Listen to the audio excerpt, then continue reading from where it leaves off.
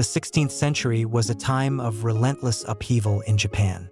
It was an era defined by swords and schemes, as clans clashed over land, loyalty, and honor.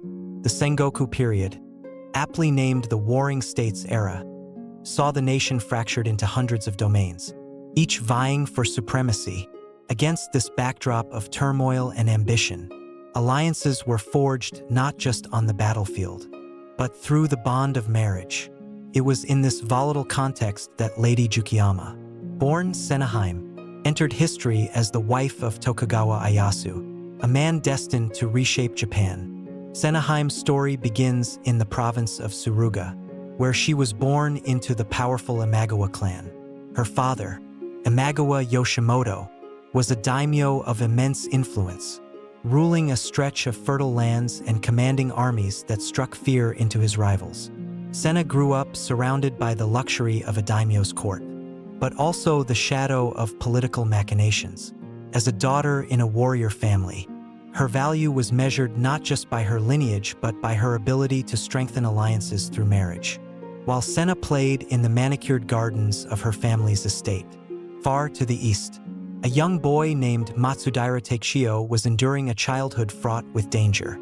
Born into the Matsudaira clan, a minor house in Mikawa province, Takeshio's life was one of constant instability.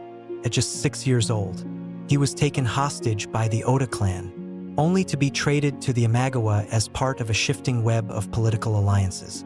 This boy would grow up to become Tokugawa Ieyasu, but at the time, he was simply a pawn in the hands of more powerful lords. When Takeshio came under the protection of Imagawa Yoshimoto, the seeds of a future alliance were sown. Yoshimoto, recognizing the potential of the Matsudaira lands as a buffer against rivals, arranged a marriage between Takeshio and his own daughter, Sena. In 1557, at the tender age of 15, Sena became Lady Tsukiyama, taking her place beside Takeshio as his wife. The union was one of strategy, not love, designed to solidify the bond between the Imagawa and Matsudaira clans. For Ieyasu, the marriage marked the beginning of his transformation from a boy tossed by the waves of fate into a man capable of navigating them. For Tsukiyama, it was the start of a journey that would see her rise to the heights of power, only to fall into the depths of tragedy. The couple settled in Mikawa, a rugged province where the land was hard and the people harder. Tsukiyama quickly adapted to her new role, managing the household and supporting her husband as he began to carve out his destiny. Their marriage, however, was far from idyllic. Tsukiyama was a woman of strong will and sharp intellect, qualities that sometimes clashed with her husband's growing ambition. While she fulfilled her duties as the mother of their children, including their firstborn son, Nobuyasu, the political complexities of the era often placed her in precarious positions. She was fiercely loyal to her Imagawa heritage, even as her husband's loyalty to the Imagawa waned following the death of Yoshimoto at the hands of Oda Nobunaga. The turning point came in 1560, when Yoshimoto was killed at the Battle of Okahazuma, a stunning defeat that sent shockwaves through the region. With the Imagawa in decline, Ieyasu seized the opportunity to assert his independence, aligning himself with Oda Nobunaga. For Tsukiyama, this shift was a bitter pill to swallow. The man she had married, once a subordinate of her father's house, was now charting a course that placed him in opposition to her own bloodline. Despite these tensions, Tsukiyama played her role as the lady of the Matsudaira household with dignity. She was a dutiful wife and mother, overseeing the upbringing of Nobuyasu and ensuring the smooth running of their estate. Yet, beneath the surface, cracks were beginning to show. The pressures of a politically arranged marriage, combined with the shifting alliances of the Sengoku period, created an undercurrent of mistrust and resentment. As Ieyasu rose in power, eventually taking the name Tokugawa and becoming one of the most formidable daimyo in Japan, Tsukiyama's position grew increasingly precarious. Her loyalty to the Imagawa, though tempered by her new role as a Tokugawa matriarch, remained a point of contention. Rumors began to circulate, whispering of her involvement in plots against her husband. Though the truth of these allegations remains murky, what is clear, however, is that Tsukiyama's story is one of profound complexity, a tale of love and duty entwined with betrayal and sacrifice. The life of Lady Tsukiyama offers a unique lens through which to view the rise of Tokugawa Ieyasu. Her marriage to him was a microcosm of the larger struggles that defined the Sengoku period, a time when personal relationships were often subordinated to the demands of power. As the wife of one of Japan's greatest unifiers, Tsukiyama played a pivotal role in the early stages of the Tokugawa ascendancy, even as her own life became a casualty of its success. This is the story of Lady Tsukiyama, a woman caught between two worlds, a mother whose love for her son shaped his destiny, and a wife whose sacrifice laid the foundation for one of the most enduring regimes in Japanese history. It is a story of ambition and tragedy, of loyalty and betrayal, set against the backdrop of a nation striving for unity amidst chaos. As we journey through the chapters of her life, we uncover not only the trials she endured but also the legacy she left behind, a legacy intertwined with the rise of the Tokugawa Shogunate and the unification of Japan. Lady Tsukiyama, born as Senaheim, entered the world in a time of both privilege and peril, a duality that defined her life from the moment of her birth. Her story began in the opulent halls of the Imagawa clan's stronghold in Suruga province, where the scent of incense mingled with the echoes of courtly chatter. The year was the mid-16th century, an age when Japan's provinces were embroiled in the chaos of the Sengoku period. To understand Sena's life and the forces that shaped it, one must first grasp the intricate world of alliances, rivalries, and ambitions that surrounded her family. The Imagawa clan, into which Sena was born, was one of the most powerful families in Japan. Led by her father, Imagawa Yoshimoto, the clan controlled vast tracts of fertile land and commanded armies that could rival any daimyo of the time. Yoshimoto was a man of vision and strategy, a leader who sought not just to expand his domain but to secure its legacy through careful planning and shrewd alliances. Sena was his cherished daughter, a symbol of both familial pride and political leverage. From a young age, Sena was groomed for her role as a noblewoman. Her education was rigorous, steeped in the cultural and political norms of the time. She learned the art of calligraphy, practiced the graceful movements of traditional court dances, and studied the subtleties of tea ceremony, a skill that carried as much political weight as military tactics in the era's delicate diplomacy. Yet, beneath the layers of silk kimono and the serene facade expected of a daimyo's daughter, Sena was a keen observer of the turbulent world around her.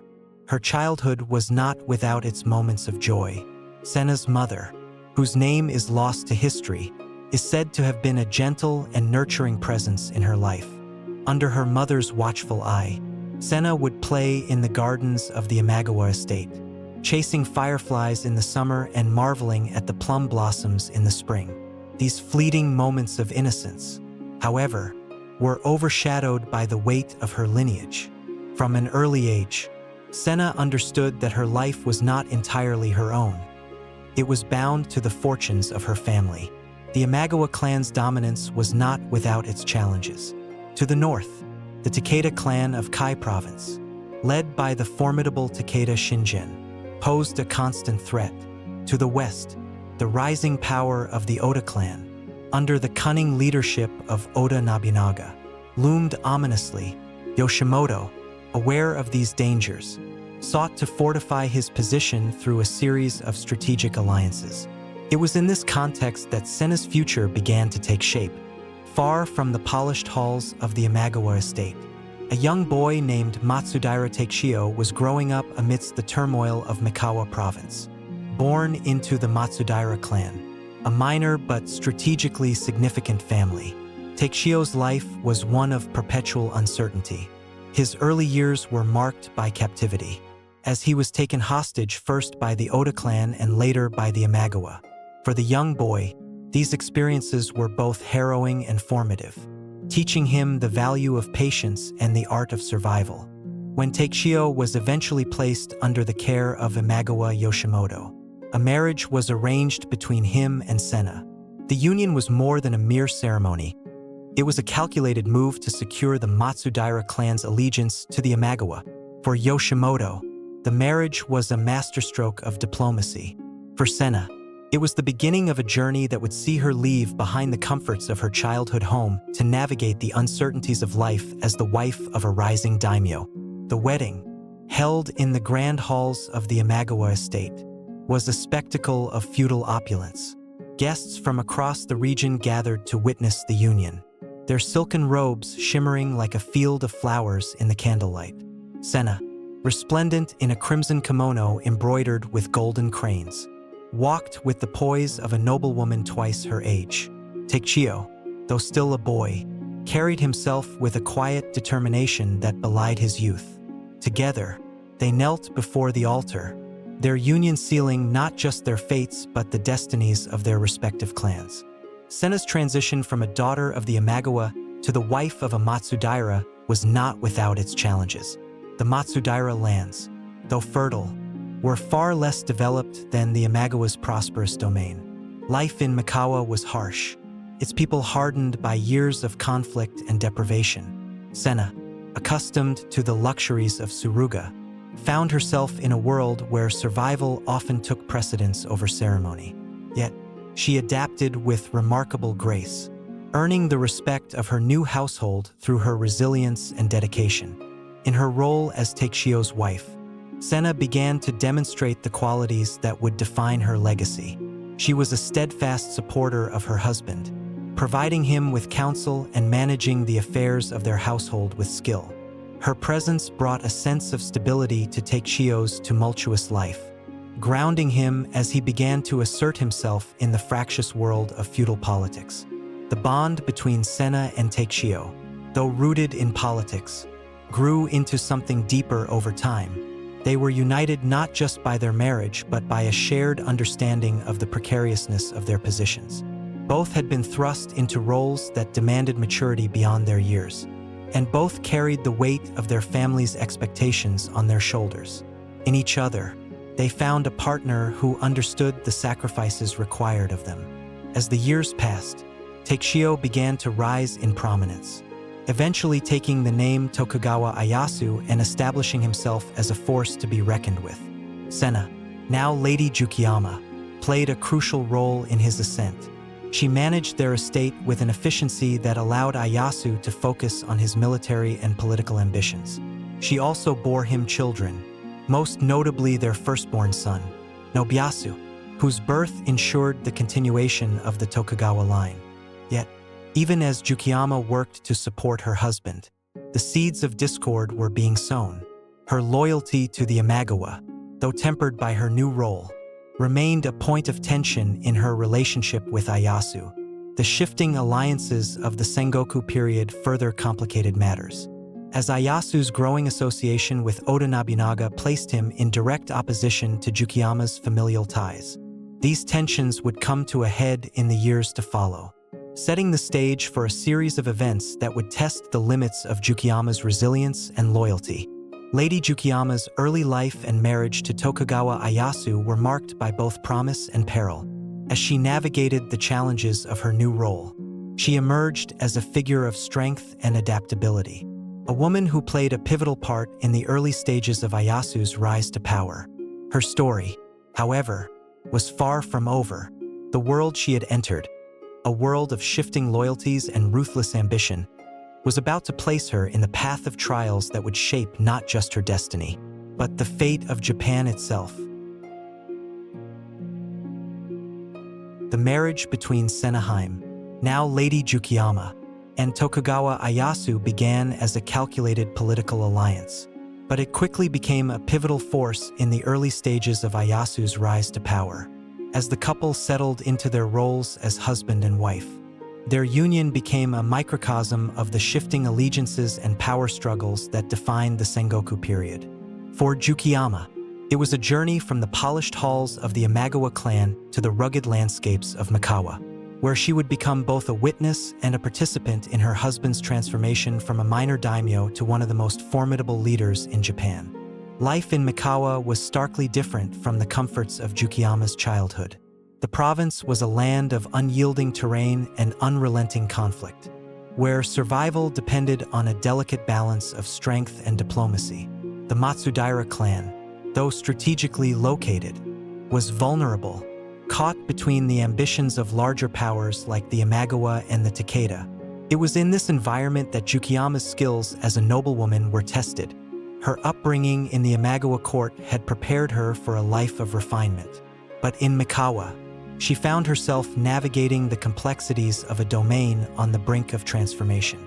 Tsukiyama's marriage to Ieyasu was not just a personal union. It was a political statement. The alliance symbolized the Matsudaira clan's subservience to the Imagawa, a relationship that was both a source of security and a potential constraint. As the wife of a daimyo, Tsukiyama's role extended beyond the domestic sphere. She became an integral part of the Matsudaira household, overseeing the management of the estate and serving as a mediator between her husband and the retainers who formed the backbone of his power. In these early years, Tsukiyama's influence was subtle but significant.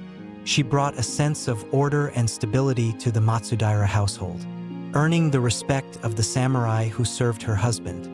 Her ability to navigate the intricate web of relationships within the domain was a testament to her intelligence and adaptability. Yet, her position was not without its challenges. The loyalty she retained to her Imagawa heritage occasionally placed her at odds with her husband's ambitions, creating an undercurrent of tension in their marriage. As Ieyasu began to assert his independence, the dynamics of their relationship shifted. The turning point came in 1560, when Imagawa Yoshimoto, Tsukiyama's father, met his end at the Battle of Okahazuma. The defeat of the Imagawa at the hands of Oda Nobunaga was a watershed moment in the Sengoku period, and it marked the beginning of Ieyasu's rise to prominence. With Yoshimoto's death, the Matsudaira clan found itself at a crossroads. The once mighty Imagawa were in decline, leaving Ieyasu with a choice: remain loyal to a faltering ally or seize the opportunity to forge his own path. For Tsukiyama, the implications of her father's death were profound.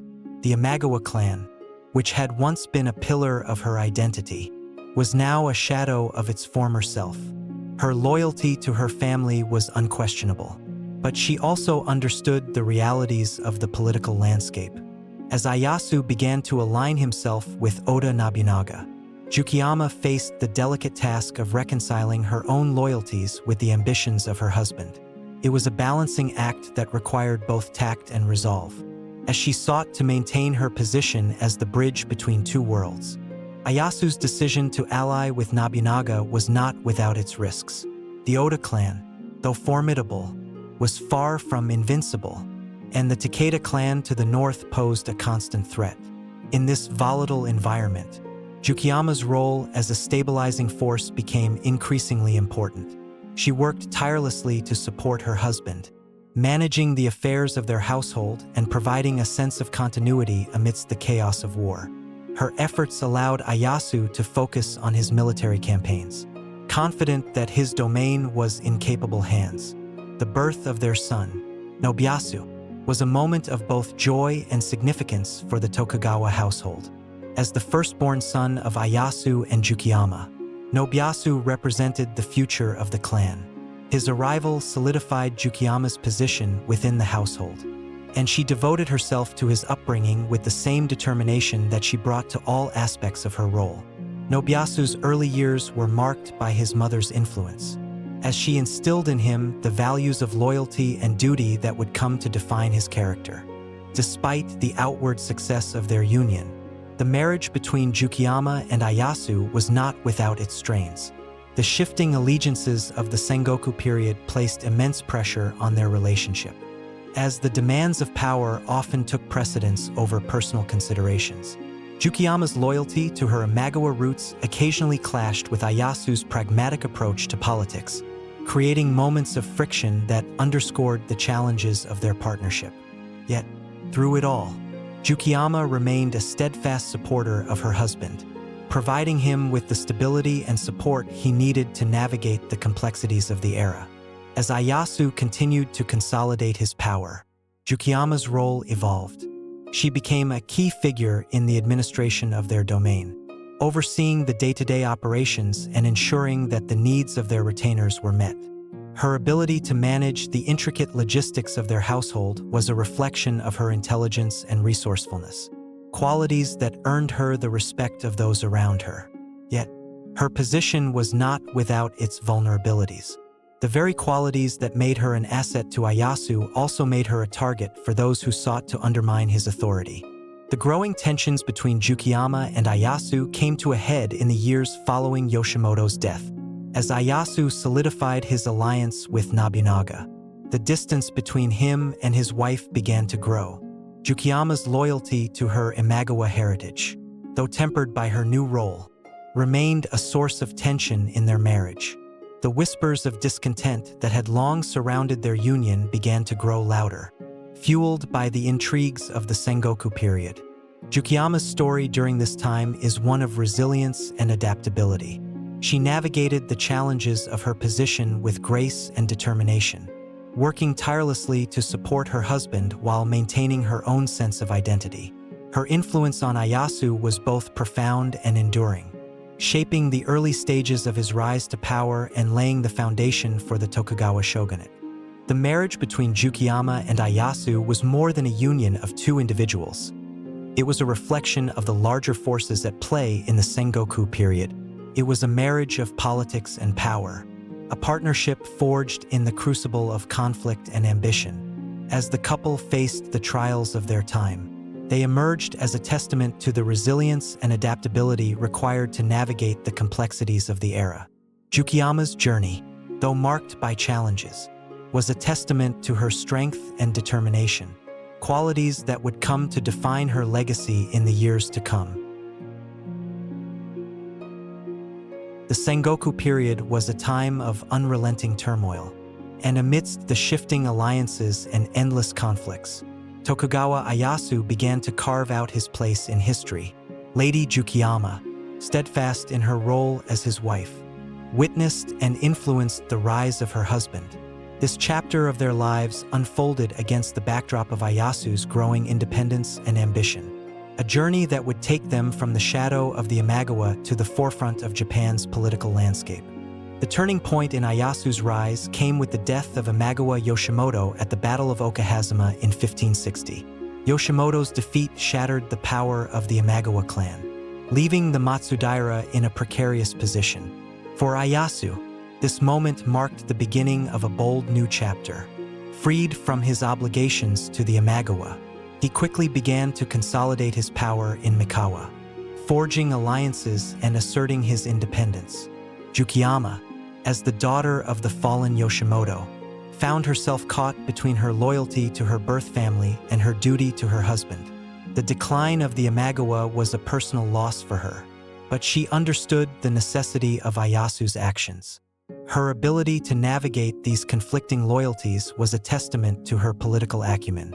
Despite the personal toll, she threw her support behind Ieyasu, recognizing the importance of his ambitions not just for their family, but for the future of Japan. Ieyasu's alliance with Oda Nobunaga was a defining moment in his rise to power. Nobunaga, a visionary leader with a reputation for ruthlessness, was unlike any daimyo of his time. His campaign to unify Japan was as audacious as it was brutal, and Ieyasu saw in him a kindred spirit. The partnership between the two men was mutually beneficial, with Ieyasu providing strategic support and Nobunaga offering protection and resources. As Ieyasu worked to strengthen his domain, Tsukiyama played a crucial role behind the scenes. She managed the affairs of their household, ensuring that the needs of their retainers were met and that the administration of their lands ran smoothly. Her efforts freed Ieyasu to focus on his military campaigns, knowing that he could rely on her to maintain order at home. This partnership was a cornerstone of his success, and it highlighted the importance of Tsukiyama's contributions to his rise. The couple's relationship, however, was not without its challenges. The demands of Ieyasu's ambitions often took precedence over their personal bond, and the strain of the Sengoku period's constant upheaval tested their marriage. Jukiyama's loyalty to the Imagawa, though tempered by the passage of time, remained a source of tension. Ieyasu's growing alignment with Nobunaga placed him in direct opposition to the remnants of the Imagawa, creating a rift that was difficult to bridge. Amidst these challenges, Jukiyama found solace in her role as a mother. Her son, Nobuyasu, was the light of her life and a source of immense pride. As the heir to the Tokugawa line, Nobuyasu's upbringing was a matter of great importance, and Jukiyama devoted herself to his education and development. She instilled in him the values of loyalty, duty, and honor, ensuring that he would be prepared to carry on the family legacy. The rise of Ieyasu was not without its costs. His campaigns to consolidate power were marked by fierce battles and significant sacrifices. The siege of Odawara in 1561 was one such conflict, where Ieyasu demonstrated his strategic brilliance and unyielding resolve. Jukiyama, though removed from the battlefield, was acutely aware of the stakes. She provided support in whatever ways she could, from managing logistics to offering counsel, her presence a steadying force in the tumult of war. As Ieyasu's power grew, so too did the challenges he faced. The Takeda clan, under the leadership of Takeda Shingen, was a formidable adversary. Shingen's reputation as a brilliant tactician and fearless warrior cast a long shadow over the region, and his incursions into Tokugawa territory were a constant threat. The conflict between the Tokugawa and the Takeda would come to define much of Ieyasu's early career, with Jukiyama playing a crucial role in maintaining the stability of their domain during these trying times. The Battle of Mikitagahara in 1573 was a devastating defeat for Ieyasu, a stark reminder of the fragility of power in the Sengoku period. The loss was a humbling experience, but it also revealed Ieyasu's resilience. Rather than despair, he used the setback as an opportunity to learn and grow, refining his strategies and strengthening his forces. Jukiyama, ever supportive, stood by his side, offering encouragement and ensuring that the morale of their retainers remained high. Despite these challenges, Ieyasu's star continued to rise. His alliance with Nobunaga bore fruit, and his reputation as a leader of vision and determination spread throughout the land. Jukiyama's contributions to his success were undeniable. Her ability to manage the complexities of their household and her unwavering support of her husband were invaluable assets in a time when the stakes were higher than ever. Yet, beneath the surface of their partnership, cracks began to form. The growing tensions between Jukiyama and Ieyasu were exacerbated by the pressures of the Sengoku period. The whispers of discontent that surrounded Jukiyama, fueled by her ties to the Imagawa and her perceived loyalty to their cause, began to take on a life of their own. These rumors, though unsubstantiated, planted seeds of doubt in Ieyasu's mind, setting the stage for a tragic turn in their story.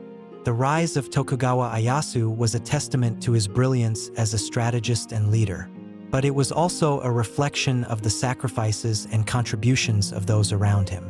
Lady Tsukiyama, though often overlooked in historical accounts, was an integral part of his journey. Her strength, intelligence, and resilience were key factors in the early stages of his rise to power. Yet, as Ieyasu's ambitions grew, so too did the challenges they faced as a couple, setting the stage for a dramatic and ultimately tragic chapter in their lives. For Lady Tsukiyama, the birth of her firstborn son, Tokugawa Nobuyasu, marked a pivotal moment in her life. As the wife of a rising daimyo and the daughter of the once powerful Imagawa clan, her role had always been steeped in political significance. But with Nobuyasu's arrival, her position as the matriarch of the Tokugawa family took on a new dimension. In an era where the continuation of a lineage was paramount, the birth of a male heir was a triumph. Both personally and politically, Nobuyasu was born in 1559, during a period of relative calm following the chaos of the Imagawa clan's decline. For Ieyasu, Nobuyasu's birth symbolized hope and continuity amidst the upheaval of the Sengoku period. For Jukiyama, It was both a source of immense pride and a reminder of the responsibilities that came with her station. As the mother of the Tokugawa heir, she bore the weight of ensuring her son's upbringing reflected the values and discipline required of a future leader. Tsukiyama dedicated herself to Nobiyasu's education, instilling in him the principles of loyalty, honor, and duty that defined the samurai code. She oversaw his early training in swordsmanship and military strategy, ensuring he would be prepared for the challenges that lay ahead. Yet, her influence extended beyond martial skills. Tsukiyama was also deeply involved in Nobiyasu's moral and intellectual development, teaching him the importance of diplomacy and restraint in a world often ruled by violence. As Nobiyasu grew, he became a reflection of his parents' strengths and struggles. He inherited Ieyasu's resilience and strategic mind, as well as Tsukiyama's strong will and sense of duty. Yet, the expectations placed upon him were immense. As the eldest son, Nobiyasu was not only the future of the Tokugawa clan but also a living symbol of the alliance between the Tokugawa and Imagawa families. This dual legacy would shape his identity and, ultimately, his fate, despite her efforts to guide her son. Tsukiyama's relationship with Ieyasu began to show signs of strain. Ieyasu's alliance with Oda Nobunaga, a partnership that had bolstered his rise to power, created tensions within the household. Tsukiyama's loyalty to her Imagawa heritage clashed with Ieyasu's pragmatic approach to politics, and the growing influence of Nobunaga in Ieyasu's affairs became a point of contention. These tensions were exacerbated by the political environment of the Sengoku period.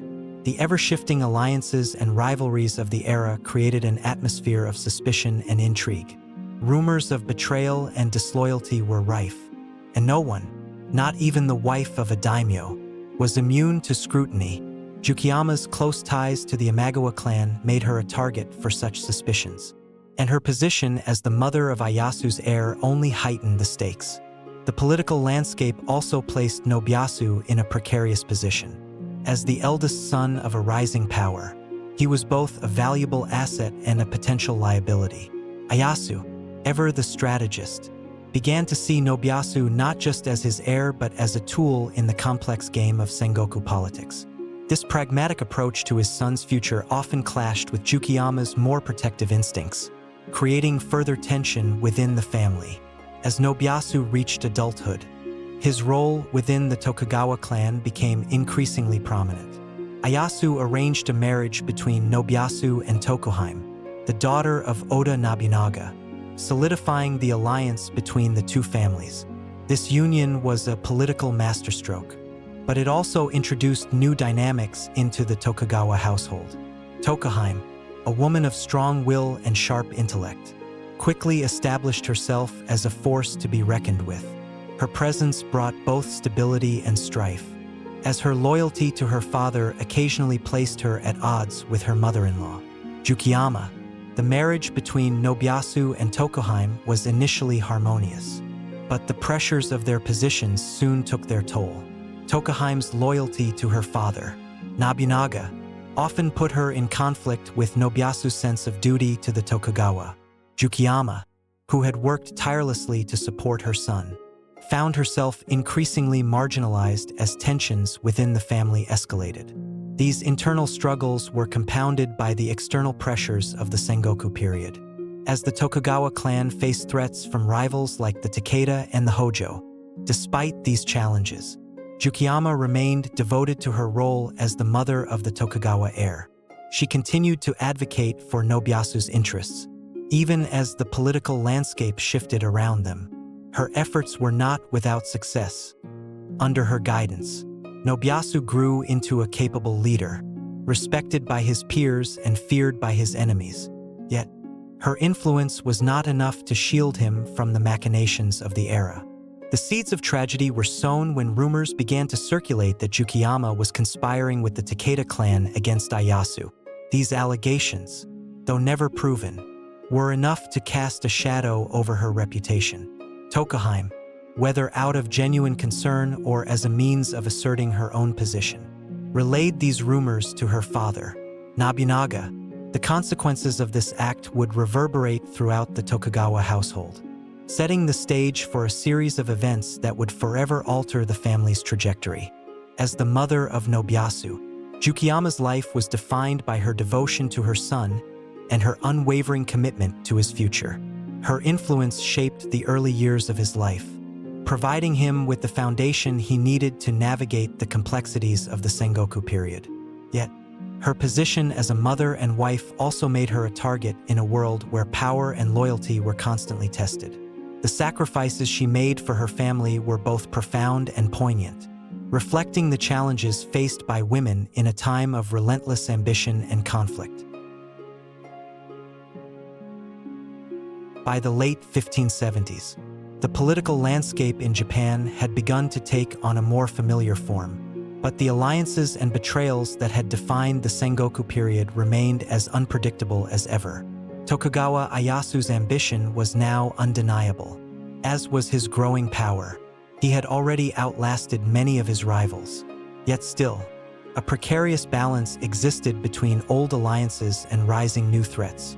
For Lady Tsukiyama, these turbulent years would force her to walk a delicate line between loyalty to her husband and family, and the need for political pragmatism. Ieyasu's relationship with Oda Nobunaga, once a close and mutually beneficial alliance, had begun to show signs of strain. Nobunaga's growing power and his disregard for traditional systems of loyalty were troubling. The ambitious Oda leader's sweeping reforms and tendency to undermine the existing power structures were not just unsettling to traditional samurai culture, but also threatened to destabilize the Tokugawa position. For Ieyasu, the Oda alliance was no longer as secure as it once had been. This tension was further magnified by the volatile political situation in Japan. Nobunaga's campaigns were bringing him closer to unifying the country, but his methods were alienating powerful samurai factions. The Takeda, who had been an ongoing threat to Ieyasu, were weakened after Takeda Shingen's death in 1573, leaving a power vacuum that the Hojo family quickly moved to fill. The Hojo, once allies of the Takeda, were now poised to become a powerful adversary to the Tokugawa. The situation came to a head in 1582 with the shocking assassination of Nobunaga at Honnoji, a betrayal by his own general, Akechi Mitsuhide. The event sent shockwaves through the entire country, and the repercussions were felt immediately by those who had relied on Nobunaga's power and protection, including Tokugawa Ieyasu, as Ieyasu hastily withdrew from his base in Owari to ensure the safety of his family and retainers. Tsukiyama was forced to confront the implications of the Oda betrayal from within the confines of her household. For Tsukiyama, the death of Nobunaga was a moment of reflection and personal turmoil. She had long been a supporter of her husband's alliance with the Oda clan, but now she was faced with the reality of their vulnerability. Tsukiyama, always the pragmatist, understood that the collapse of the Oda clan could leave the Tokugawa exposed to their enemies, particularly the rising Hojo clan, who had ambitions of expanding their control over central Japan. Despite the emotional weight of the situation, Tsukiyama quickly turned her attention to matters of survival and power. Her primary concern was securing Nobuyasu's position as the rightful heir of the Tokugawa clan, ensuring that his future was protected in the chaos following Nobunaga's death. Tsukiyama's role as a mother and protector of her family became even more critical in these uncertain times. One of her first acts in this new phase of the Tokugawa clan's struggle for survival was to advise Ieyasu on his next course of action. She recognized that the Oda clan's fall was not simply a blow to their political alliance, but also a challenge to Ieyasu's credibility as a leader. The people, especially their samurai retainers, needed to be assured that Tokugawa Ieyasu could continue to provide the stability they had come to expect. Thus, Tsukiyama urged her husband to take immediate steps to solidify his position in the eyes of his vassals and peers. She also understood that the key to their survival lay in rebuilding alliances with former enemies, including the powerful families of the Takeda and Hojo. Tsukiyama's deftness in navigating these political waters became an invaluable asset to Ieyasu. Behind closed doors, she negotiated with the remaining factions, advising on marriage alliances and providing counsel on the delicate art of diplomacy. In the tumult of the Sengoku period, where betrayal was an ever-present specter, Tsukiyama's ability to maintain a composed and calculating stance gave her husband the leverage he needed. Meanwhile, Ieyasu was also moving quickly to consolidate power. Recognizing the impending threat of the Hojo, Ieyasu sought to protect his interests by further fortifying his position in Mikawa and expanding his reach into neighboring territories. His plans for the Tokugawa clan's future were taking shape, and his rise to power seemed inevitable. But despite his military and political brilliance, Ieyasu was still vulnerable, particularly in light of the betrayal by Nobunaga's forces and the uncertain loyalties of many of his allies. Lady Tsukiyama played a crucial role during this time of upheaval. While Ieyasu dealt with the external threats, she ensured that their home remained secure, managing the Tokugawa lands and their retainers with a steady hand. The Tokugawa family, under Tsukiyama's leadership, remained united, and this cohesion would prove essential as Ieyasu prepared for the coming battles. Though Tsukiyama's political maneuverings were instrumental in protecting the Tokugawa clan, they were not without personal cost. Her marriage to Ieyasu, once a partnership based on mutual respect and shared ambition, was now more strained than ever. The weight of their positions, the complex web of alliances and enemies, and the constant tension in their relationship weighed heavily on her. Ieyasu's increasing focus on expanding his military power and securing his status as the preeminent daimyo of Japan meant that he often had little time for his family. Tsukiyama, ever dutiful, shouldered the burden of their household alone, raising her children, overseeing the affairs of the clan, and continually reinforcing her husband's political standing. However, as the years passed and the Tokugawa clan solidified its hold on power, it became increasingly clear that Tsukiyama's influence, though pivotal, would be relegated to the background of history. The final blow to Tsukiyama's quiet authority came when she learned of her son Nobuyasu's tragic fate. In 1582, after the death of Nobunaga, Tokugawa Ieyasu was faced with a moral and political dilemma. A series of complex events surrounding the Hojo and the continuing instability in the Oda-held territories put the Tokugawa clan at odds with various factions. Fearing that his son's future was at risk, given the growing influence of other powerful factions within Japan, he made the decision to have Nobuyasu executed. Tsukiyama's heart was shattered, but the political realities of the time meant that she could do little to alter the course of events. The loss of her son marked the beginning of the end for Tsukiyama's political relevance. Though she continued to serve her husband with devotion, the death of Nobuyasu was a blow from which she would never fully recover. It also signaled the beginning of Ieyasu's eventual rise to absolute power, with the unification of Japan under the Tokugawa banner becoming more imminent.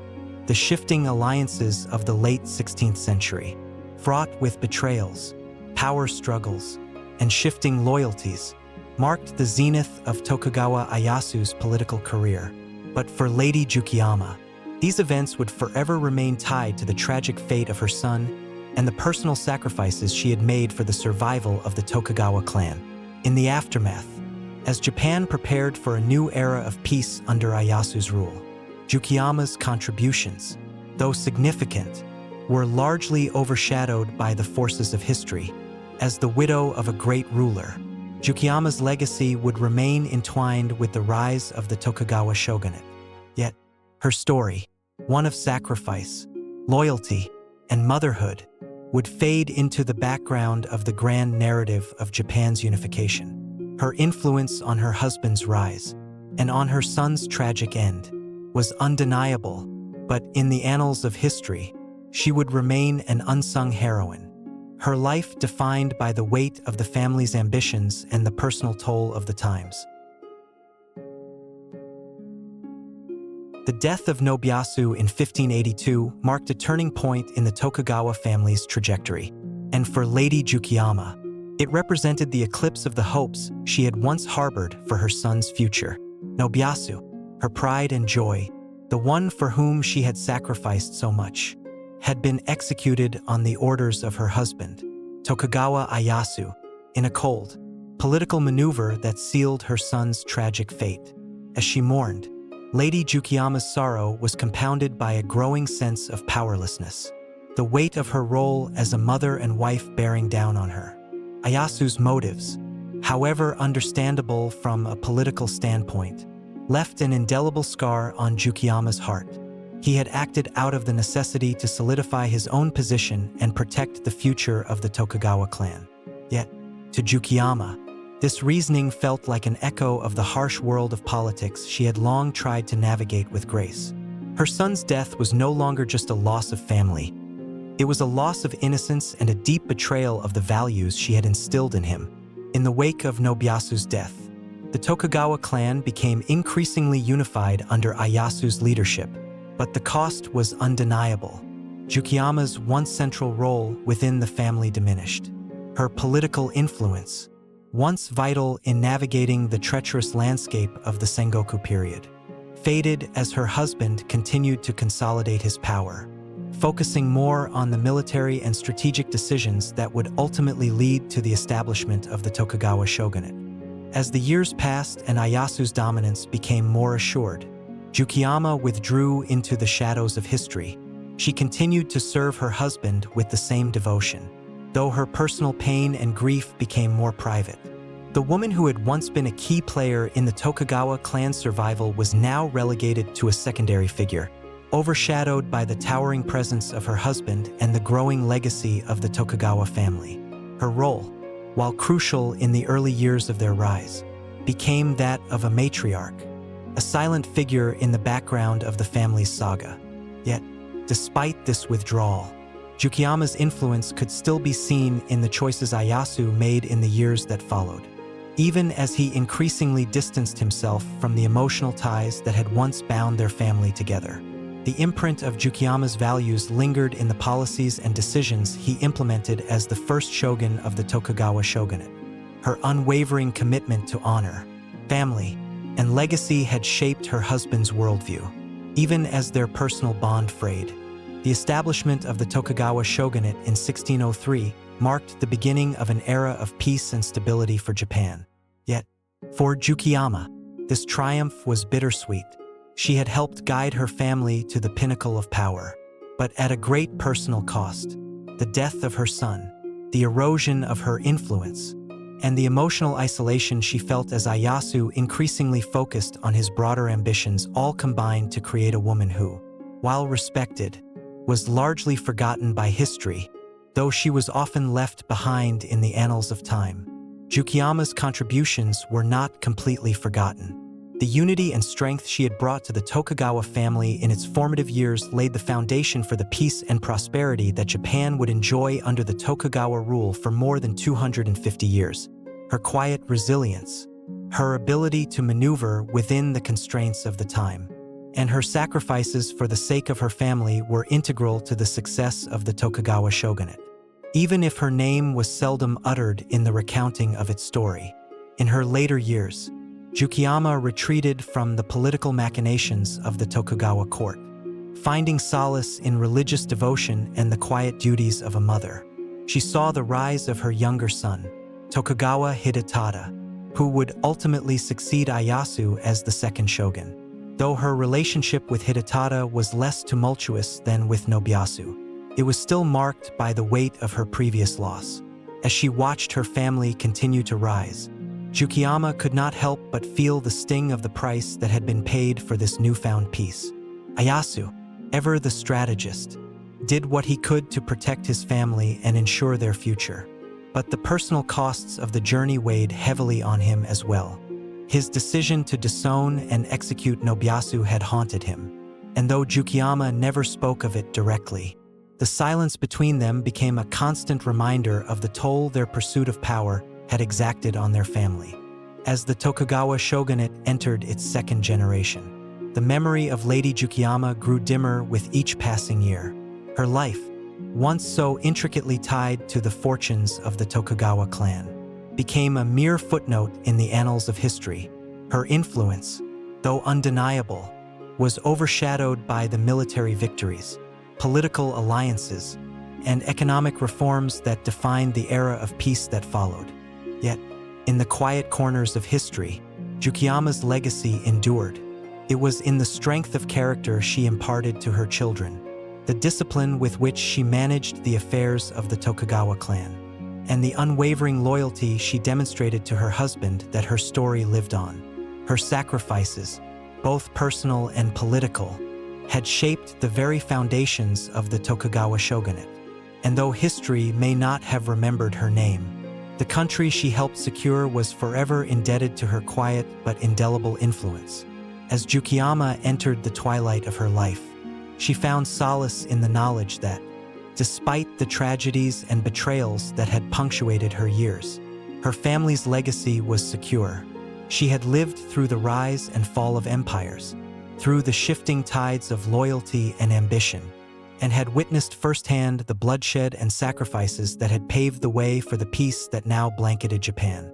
Her role, though uncelebrated, had been pivotal in this transformation, and in the quiet moments of reflection, Tsukiyama could find some measure of peace.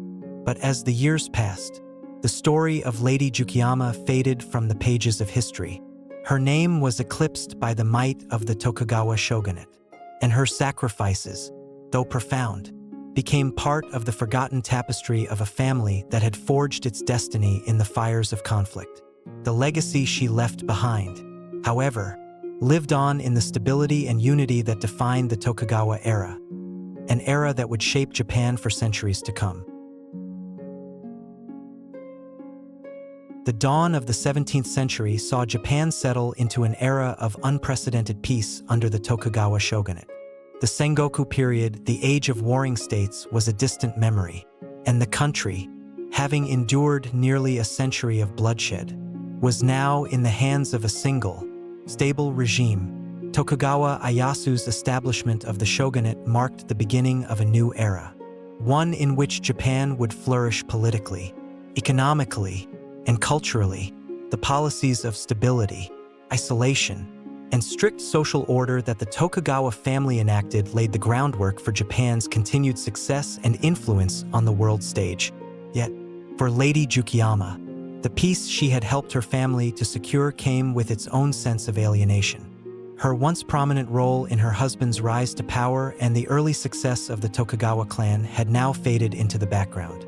As Ieyasu focused on consolidating his political power, reforming the land, and creating a lasting legacy through his heirs, Tsukiyama's presence became more symbolic than influential. She had become a living relic of the Sengoku period, a reminder of the sacrifices and struggles that had brought them to this point, but without the power to shape the course of history herself. Though the shadow of her influence continued to be felt within the Tokugawa family, it was Ieyasu's political acumen and military genius that would define the shogunate in the years to come. In contrast, Tsukiyama, once a guiding force behind her family's ascent, was now relegated to the role of the matriarch. Her voice often silent in the council chambers and on the battlefield.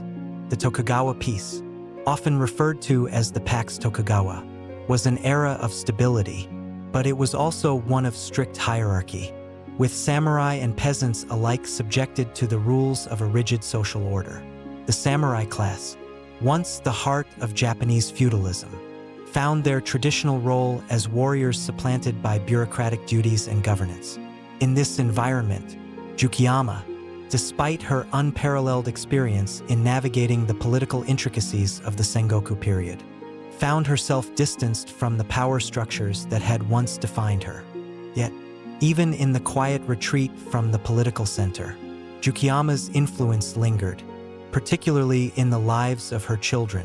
Her son, Tokugawa Hidetada, had succeeded Ieyasu as the second shogun of the Tokugawa Dynasty, while Hidetada's reign was less marked by military conquest than his father's. It was essential to maintaining the Tokugawa family's stranglehold on power. His leadership was steady, grounded in the policies that Ieyasu had established, the foundations for the peace and prosperity of the Tokugawa era, which would last for over 2.5 centuries, were laid by the generations before him, particularly by Ieyasu and his silent partner, Tsukiyama. Hidetada's leadership style was markedly different from his father's. focusing more on governance than on warfare. He sought to solidify the Tokugawa dynasty's power by reinforcing the strict social hierarchy that his father had put in place, ensuring that the samurai class was firmly entrenched in the position of authority. His reign was characterized by efforts to stabilize the empire, strengthen the role of the shogunate, and fortify its control over the various domains of Japan. In doing so, Hidetada followed in the footsteps of his father, but without the flash of military conquest that had defined Ieyasu's early rise. For Tsukiyama, this transition was both a relief and a sorrow. She had seen her son take the reins of the Tokugawa dynasty, and with it, she had seen the final phase of her own journey within the family. Although her role in political affairs had diminished significantly, she continued to serve as an elder stateswoman of the Tokugawa clan. Her legacy as a mother, wife, and political advisor remained intact, though her active involvement in the shaping of Japan's future was now a distant memory. In these quieter years, Tsukiyama often reflected on her role in the rise of the Tokugawa family.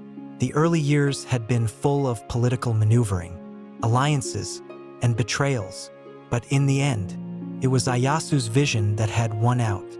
He had led the family to power, and Tsukiyama had been a constant, unyielding force behind him. It was she who had helped to shape the character of their children, particularly Hidetada, ensuring that they would be prepared for the monumental task of ruling a unified Japan. Yet, there was also the realization that her own sacrifices, most notably the loss of Nobuyasu, had come at a great personal cost. Tsukiyama never spoke of her grief directly, but the loss of her firstborn son had defined much of her later life. She had devoted herself to her family, her children, and the Tokugawa clan, but at what cost? The shadows of the Sengoku period had left their mark on her, and even as she witnessed the peace and prosperity of the Tokugawa Shogunate, it was a peace forged from the fires of war and sacrifice. Tsukiyama's reflections on her life were tempered by the knowledge that her name, though revered by her family, would be forgotten by history, while Ieyasu's name would be remembered for centuries as the architect of the Tokugawa Shogunate, and Hidetada's reign would be recognized as a continuation of his father's work. Tsukiyama's role would be lost to the passage of time. In the official histories, she would be relegated to the background, her contributions overshadowed by the monumental actions of her husband and son. But within the walls of the Tokugawa household, her memory lived on. Her grandchildren, her great-grandchildren, descendants of the Tokugawa dynasty, would come to revere her not just as a mother and wife, but as the silent strength behind the rise of one of Japan's most powerful families. Her legacy was not defined by her name, but by the impact she had on the generations that followed. As the years turned to decades, and the Tokugawa shogunate continued to flourish, Tsukiyama's life began to draw to a close. She had lived through the darkest days of the Sengoku period, the turmoil of political alliances and betrayals, and the eventual triumph of the Tokugawa clan. In her later years, she found solace in the knowledge that her family had survived, and in many ways, thrived. The peace that had eluded Japan for so long was now a reality, and her role in helping to build that peace, though largely unacknowledged, was undeniable. On her deathbed, Tsukiyama's thoughts were not of power or glory, but of the family she had nurtured. Her husband's vision had led them to the pinnacle of power, but it was her quiet strength, her sacrifices, and her devotion to her family that had ensured their success. The legacy she left behind was not one of grand political maneuvers or military victories, but of a woman who had stood steadfast in the face of adversity, guided her children with love and wisdom, and quietly shaped the future of Japan. Lady Tsukiyama's passing, though quietly mourned by her immediate family, marked a crucial yet often overlooked chapter in the history of the Tokugawa family. As the 17th century unfolded, Japan began to embrace the peace brought about by Tokugawa Ieyasu's brilliant leadership and vision, which secured not just the future of the shogunate but also the prosperity of the entire country. For the Tokugawa family, The end of the Sengoku period was a blessing, a reprieve from the ceaseless bloodshed that had plagued Japan for so long. Yet, for the generations that followed, the shadows of their parents' sacrifices would linger, and the ghosts of the past would quietly shape their future. In the years after Lady Tsukiyama's death, the Tokugawa Shogunate entered its golden age. The country, once fragmented and torn by warlords and shifting allegiances, was now unified under a single banner. The Tokugawa family had cemented their place in history, and their rule was characterized by both peace and absolute control. The shogunate established a rigid social order, with the samurai class holding the highest positions in society, followed by farmers, artisans, and merchants. The policies implemented by Ieyasu and later by his successors ensured that Japan was shielded from foreign influence and internal strife, creating a peaceful, isolated society that would endure for more than 2.5 centuries. Yet, for the descendants of Ieyasu and Tsukiyama, this era of stability also created an environment where tradition was held above all else.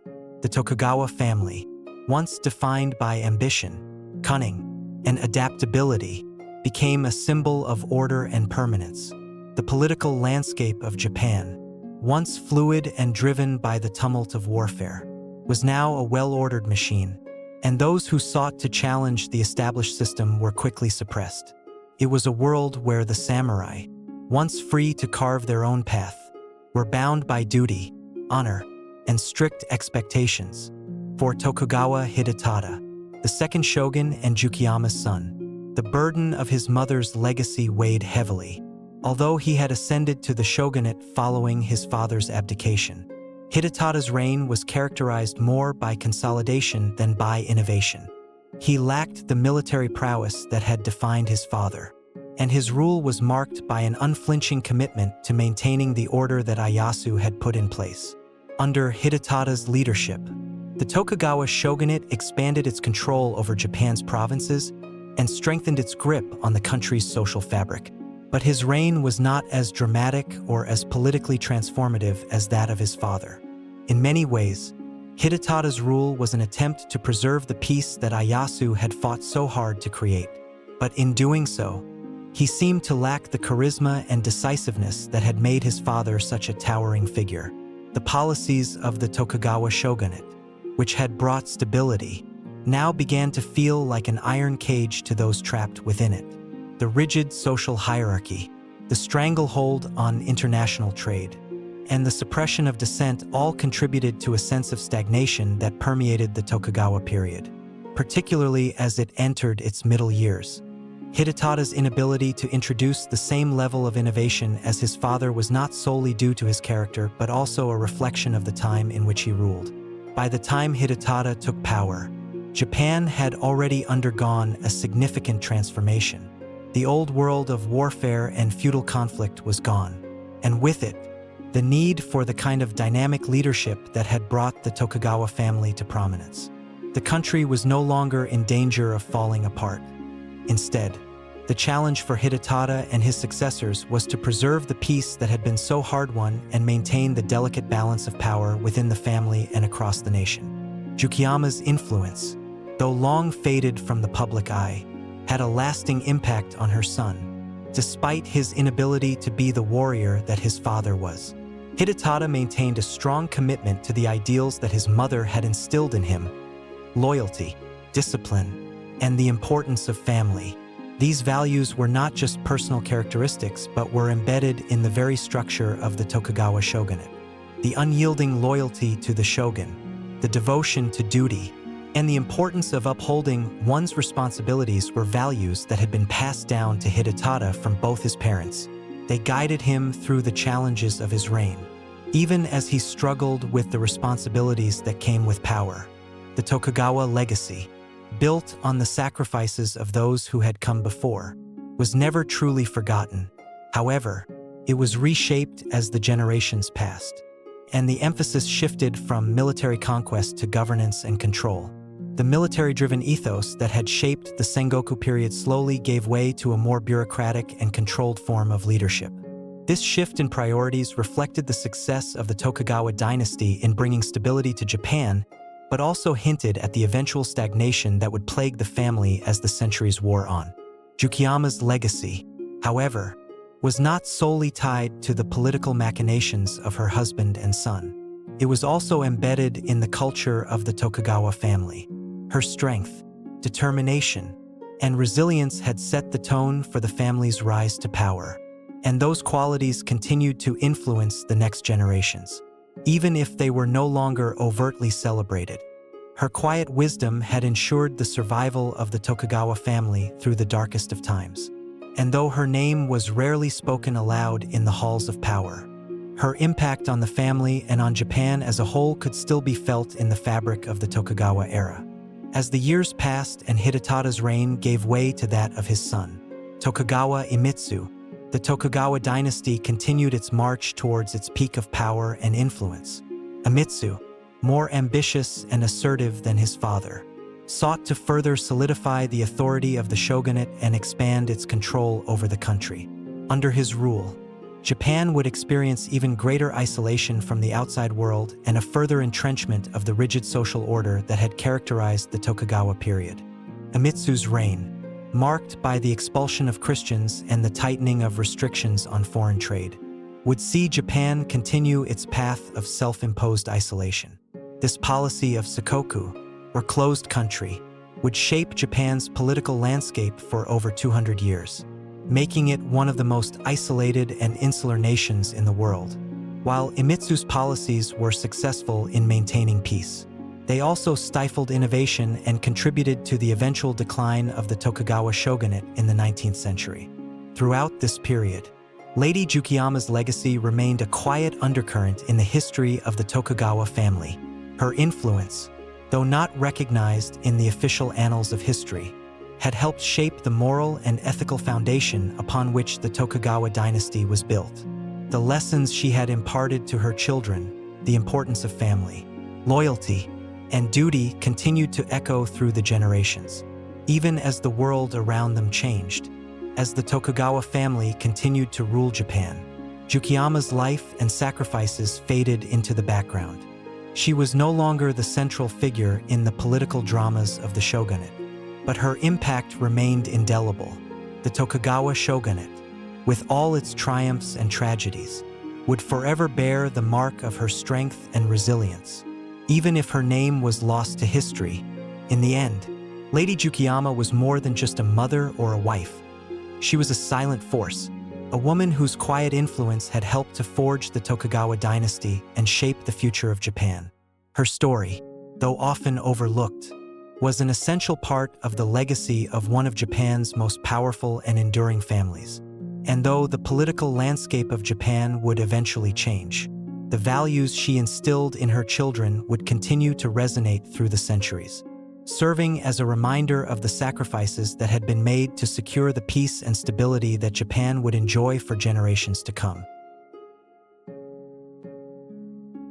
The years following Lady Tsukiyama's death marked a period of stability and relative peace. Yet the undercurrents of her influence continued to flow through the veins of the Tokugawa family. Though she no longer walked the earth, the legacy she left behind was a foundational one, both in the political sphere and within the walls of the Tokugawa household.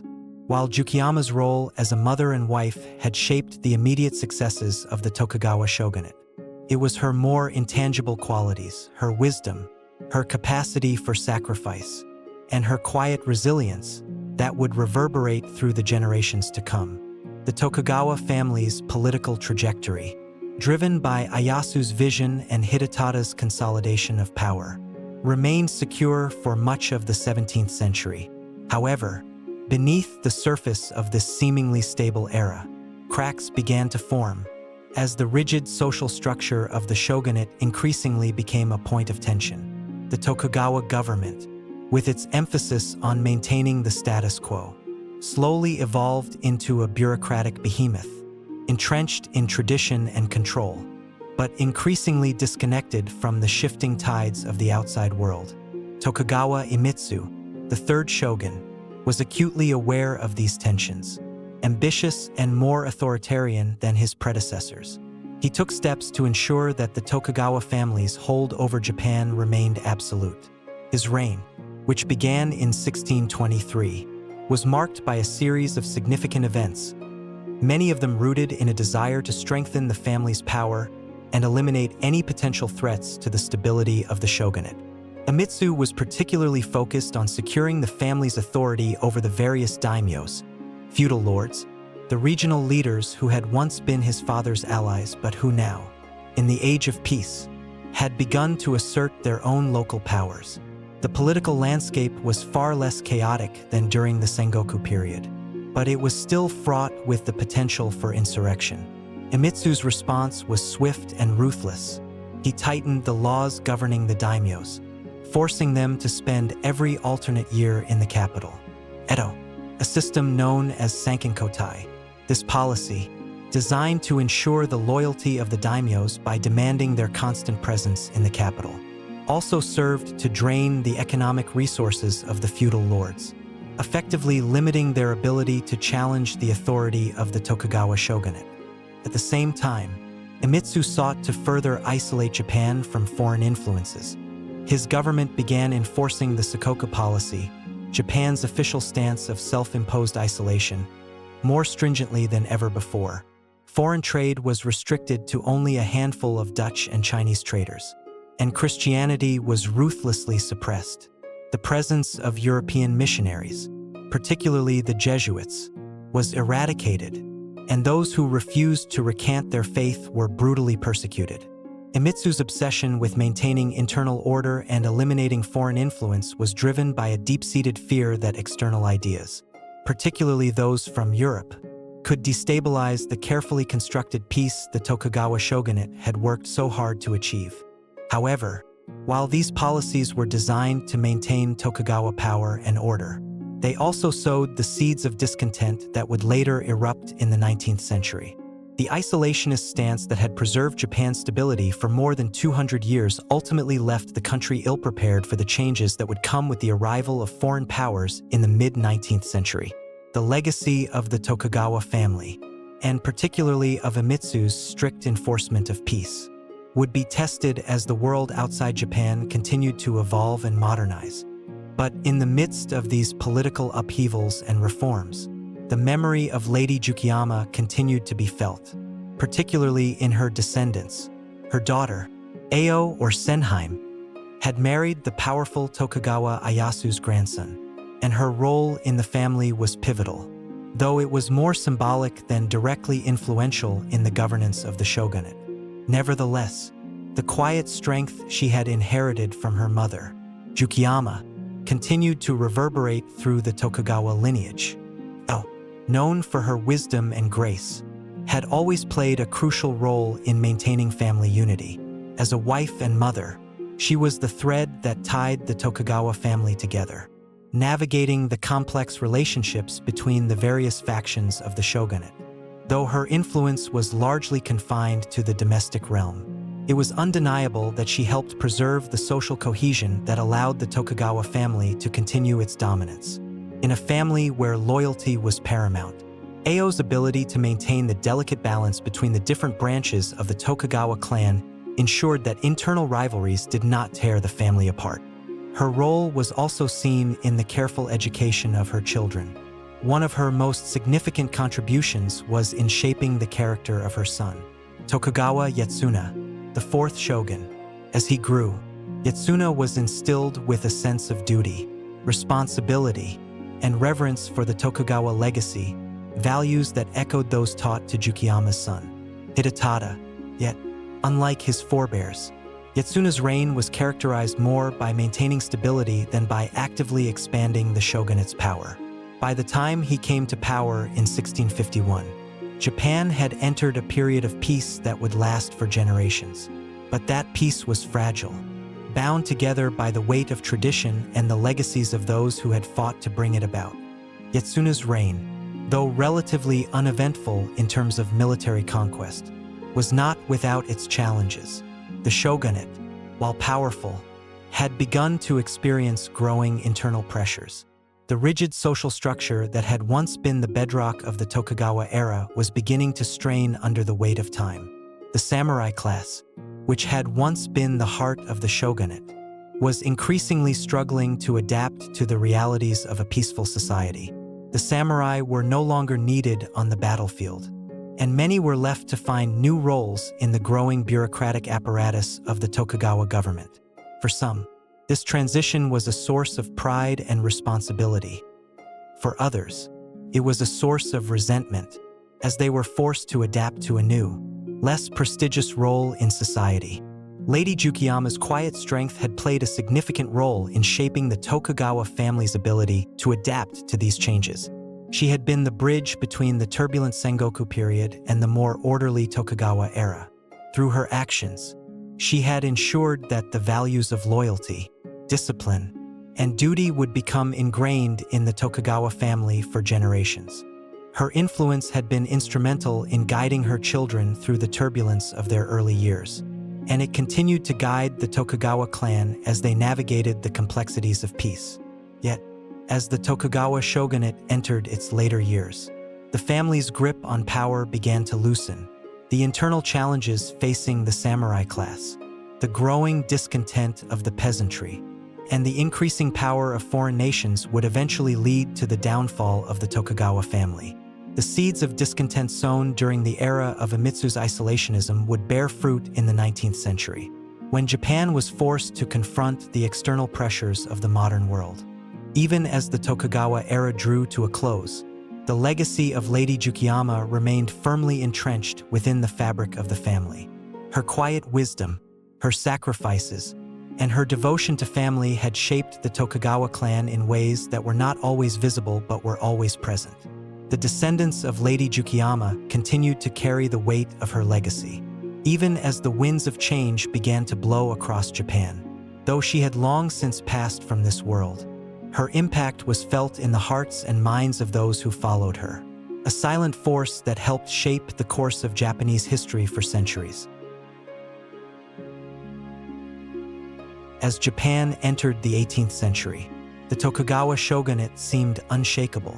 The political landscape, once chaotic and fragmented, was now defined by a sense of permanence and order. For more than 200 years, the Tokugawa family had ruled Japan with an iron fist, maintaining peace and stability in a country that had once been racked by civil war. But as the centuries passed, the foundations of this seemingly indestructible dynasty began to show signs of strain. The Tokugawa family's hold on power, though still strong, began to loosen as internal and external forces mounted. It was during this period that the legacy of Lady Tsukiyama, once a guiding force in the rise of the Tokugawa Shogunate, would be tested in ways that no one could have predicted.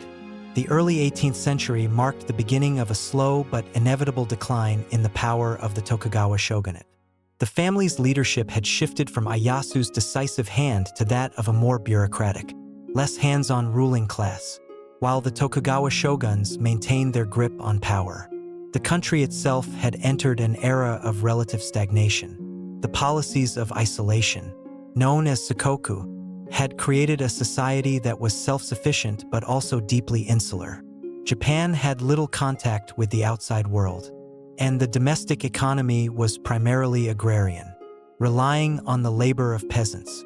The merchant class, once a burgeoning force, had begun to challenge the power of the samurai, leading to growing discontent and social unrest. Despite these challenges, the Tokugawa family remained a symbol of order, tradition, and discipline, yet the rigid class structure and the strict enforcement of the feudal system were beginning to feel increasingly out of touch with the changing times. The samurai class, once the backbone of the shogunate, had grown increasingly disillusioned. They were no longer engaged in warfare, and many found themselves struggling to maintain their status and honor in a peaceful society. As a result, a growing number of samurai turned to the administrative and bureaucratic roles that had become the focus of the Tokugawa regime. But this transition was not always smooth. Meanwhile, the merchant class, once considered beneath the samurai, began to accumulate wealth and influence. The rise of the merchant class led to a subtle but significant shift in power dynamics. In cities like Edo, modern-day Tokyo, Osaka, and Kyoto, merchants became increasingly prosperous, and their growing influence began to challenge the established social order. The merchants were no longer content to remain in the background. They sought greater political power, often by forming alliances with disaffected samurai or even with discontented members of the aristocracy. Yet, despite these growing signs of unrest, the Tokugawa Shogunate remained resilient, largely due to the effective governance of successive shoguns. By the mid-18th century, the shogunate was in the hands of Tokugawa Ieyasu, who, though not as politically astute as his predecessors, continued to maintain order and stability. However, the cracks in the Tokugawa system became more apparent during the reign of his successor, Tokugawa Ieyasu, whose rule, beginning in 1787, marked a significant shift in the balance of power. Ieyasu's rule, which lasted for over 50 years, was a period of both economic growth and increasing social tensions. Under his leadership, Japan experienced significant changes in both its economy and its society. The growing wealth of the merchant class was matched by an increasingly discontented peasantry, who were burdened by heavy taxes and a rigid social structure. At the same time, the samurai, once proud and honorable warriors, found themselves increasingly relegated to bureaucratic positions, further undermining their status and sense of purpose. The divide between the samurai and the merchant class became more pronounced, with the samurai struggling to maintain their position in a world that no longer had a place for them on the battlefield. Despite these tensions, the Tokugawa family was still held in high regard by the people, and many still looked to the shogunate as the ultimate symbol of stability. Yet, the changes brought about by the merchant class and the economic strain on the peasantry would eventually lead to the downfall of the Tokugawa dynasty. The forces of change, both internal and external, were building up, and it would only take a single spark to ignite the revolution that would topple the centuries-old regime. The influence of Lady Tsukiyama, though fading in the shadow of the rising tensions of the 18th and 19th centuries, remained a steady undercurrent within the Tokugawa family. Her values of loyalty, discipline, and sacrifice were embedded in the very fabric of the Tokugawa household. Yet, as the times changed, the rigid structure that had once defined the Tokugawa shogunate began to feel stifling. The legacy of her quiet strength had ensured the survival of the Tokugawa family through the most tumultuous periods of Japanese history.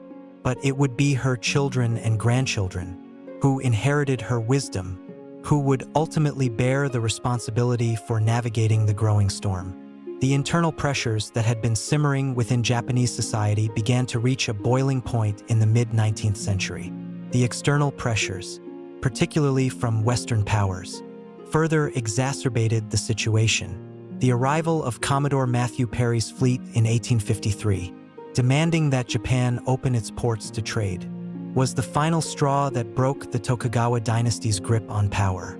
The shogunate, which had prided itself on its isolationist policies, was now forced to confront the reality of a rapidly changing world. The Tokugawa family, once the epitome of Japanese power and stability, could no longer hold back the tide of change. The forces of modernization and the rise of new ideologies would eventually lead to the collapse of the Tokugawa regime and the restoration of imperial power. In 1868, the Meiji Restoration marked the end of the Tokugawa shogunate and the beginning of a new era in Japan's history. As the Tokugawa dynasty crumbled, the memory of Lady Tsukiyama lived on in the hearts of her descendants. Her legacy, though not as celebrated as that of her husband, Ieyasu, or her son, Hidetada, remained a quiet but enduring force within the family. It was her strength, her unwavering commitment to the Tokugawa cause, that had helped lay the foundations for the shogunate's rise to power. Even as the world around her family changed, her spirit endured in the values she had instilled in her children and grandchildren. In the end, the story of Lady Tsukiyama was not one of glory or public acclaim, but rather one of quiet sacrifice and strength. Her life and legacy had helped shape the Tokugawa family and the course of Japanese history, ensuring that her name would never be forgotten. Even as the political world around her shifted and changed, her influence, though not always visible, had been a steady hand guiding the Tokugawa family through the storms of history, and her quiet wisdom would continue to echo through the generations, long after the fall of the shogunate. As the Tokugawa dynasty crumbled under the pressure of modernity, its last days were marked by profound transformations not only in Japan's political sphere, but in its entire cultural fabric. The sweeping changes of the Meiji Restoration, which returned imperial power to Japan, heralded the end of a more than 250-year era of Tokugawa rule. The once unyielding fortress of Tokugawa control collapsed, and with it, the hierarchical, feudal society that had defined Japan's governance. Yet, amid this profound upheaval, the legacy of Lady Tsukiyama endured, though in ways both subtle and unexpected. In the days leading up to the fall of the Tokugawa Shogunate, the family's final years were dominated by internal strife and external pressures. With the shogunate's downfall imminent, the Tokugawa family had little choice but to navigate the tumult of a country on the brink of transformation. Tokugawa Ieyasu, the last shogun of the Tokugawa era, attempted to strike a delicate balance between reform and tradition, seeking to preserve the Tokugawa legacy even as he was forced to negotiate with the imperial court and revolutionary factions. His efforts, however, were ultimately unsuccessful, and by 1868, Ieyasu was compelled to surrender to the imperial forces. But even as the Tokugawa political system disintegrated, the influence of Lady Tsukiyama lived on in quieter, more personal realms. Her children and grandchildren, those who had inherited her grace, wisdom, and resilience, continued to navigate the rapidly changing landscape of Japan. They may not have held political power any longer, but their presence was still felt within the social, cultural, and intellectual currents of the new Meiji era. Lady Tsukiyama's son, Tokugawa Hidetada, and his descendants had long since passed from the political limelight, yet their lives remained woven into the fabric of Japanese history. They had been instrumental in shaping the Tokugawa shogunate's rise to power, and their quiet but firm adherence to the values instilled by Lady Tsukiyama had allowed the family to endure for centuries. Now, as Japan moved into the modern era, the descendants of the Tokugawa family became part of the burgeoning merchant class, adapting to the economic changes that would drive Japan into the industrial age. Some pursued careers in education and philosophy, while others found their way into the arts, contributing to the cultural renaissance that took place in Japan during the Meiji period. Lady Tsukiyama's influence in these endeavors was not direct, but her spirit lived on in the personal integrity and resilience that she had passed down to her children. Her ability to navigate the complex and tumultuous world of the Sengoku period, to secure a future for her family within the confines of the rigid Tokugawa rule, was now reflected in the way her descendants navigated the equally turbulent waters of modern Japan. The same tenacity and quiet strength that had helped her endure as the wife of a warrior leader in a time of political chaos were now evident in the way her family confronted the forces of change. In the realm of literature and philosophy, the legacy of Lady Tsukiyama was immortalized by those who chose to write about the past, about the grand struggles of the Sengoku period and the consolidation of Tokugawa power. The tale of a woman whose wisdom and self-sacrifice helped shape a family that would dominate Japan for centuries became a source of inspiration for the thinkers of the new era. Lady Tsukiyama was remembered not as a political figure, but as a figure of maternal strength, a silent architect behind the success of one of Japan's most powerful families. Her story was passed down through generations, not as a legend of war or politics, but as a quiet testament to the power of resilience, dedication, and love. Though the Tokugawa clan had lost its hold on Japan, its cultural and familial influence remained deep-rooted within the country's aristocracy and intellectual circles. The values that Lady Tsukiyama had upheld, duty to family, loyalty to the Tokugawa cause, and a fierce commitment to the ideals of honor were not lost. These values would continue to resonate with those who had been shaped by the Tokugawa way. even as they adapted to a world where Japan's centuries-old feudal structure was giving way to the power of a modern, industrialized state. Even within the Meiji government itself, there were echoes of the Tokugawa legacy. Many of the new leaders of the era had been educated in the traditional Confucian principles that had long been the foundation of Tokugawa governance. The new Japanese political system sought to balance the demands of modernization with the values of the past. And the Tokugawa family's example was often held up as a model of disciplined governance and moral integrity, while the emperor and the new government were seen as the ultimate sources of power. There was a deep respect for the Tokugawa family's contribution to Japan's long period of peace and stability. Yet, as the 19th century drew to a close and Japan emerged as a world power in its own right, the legacy of Lady Tsukiyama was no longer something that lived in the direct governance of the country. It became a quieter, more personal legacy, one passed down in the hearts of her descendants, one that whispered through the corridors of Japanese society. In this way, Lady Tsukiyama became an enduring figure in the nation's collective memory. Her impact was not the loud, visible triumph of a general or a ruler, but the quiet influence of a woman who had given everything to her family and to her country, whose strength had sustained one of the greatest families in Japanese history. In the grand sweep of history, Lady Tsukiyama's story might have been overshadowed by the names of the powerful men who wielded the sword and sat at the helm of the shogunate.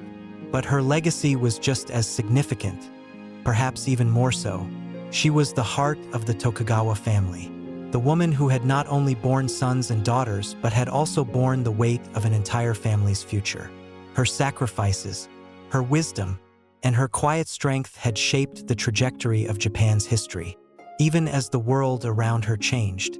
As the sun set on the era of the Tokugawa Shogunate and the nation embraced a new, uncertain future, Lady Tsukiyama's spirit remained an indelible part of the legacy she left behind, a legacy that would continue to echo through the annals of Japanese history, long after the world she had known faded into the past. And in the hearts of those who remembered her, the story of Lady Tsukiyama, the quiet, steadfast matriarch who had helped shape the destiny of a nation, would never be forgotten. Her name would live on, not in the pages of history books or the monuments of war, but in the quiet resilience and enduring love that had defined her life.